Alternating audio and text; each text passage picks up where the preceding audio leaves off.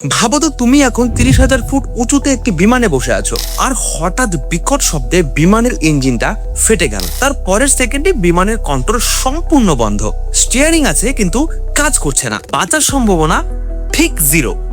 Civic sense নয়, বাঁচার সম্ভাবনা একদম শূন্য। 1889 সালে ঠিক এমনটাই হয়েছিল 232A নামে একটি ফ্লাইটের সাথে। ইঞ্জিন বিস্ফোরণের পর 3টি টুকরো বিমানের হাইড্রোলিক লাইন কেটে ছিটকে বেরিয়ে যায়। পাইলটরা বুঝলেন ম্যানুয়াল গাইডে এর কোনো সমাধানই নেই। তখন যাত্রীদের মধ্যে থেকে একজন ট্রেনার পাইলট উঠে এলেন। সে ব্যক্তির নাম ড্যানি ফিচ। তার আইডিয়াটা কি ছিল জানো? স্টিয়ারিং বাদ দাও, শুধুমাত্র বিমানের ডান এবং বাম ইঞ্জিন চালু করো এবং বন্ধ করো, সেইভাবে বিমানটাকে ঘুরিয়ে নিয়ে আসো। ধরে নাও তোমার বাইকের ক্লাচ এবং ব্রেক দুটোই কাজ করছে না, কিন্তু তবুও তুমি বাইকের হ্যান্ডেল ব্যালেন্স করে নিয়ে সামনে এগিয়ে যাচ্ছ। প্রায় 45 মিনিট প্রবল যুদ্ধ করে বিমান অবশেষে রানওয়েতে পৌঁছায়।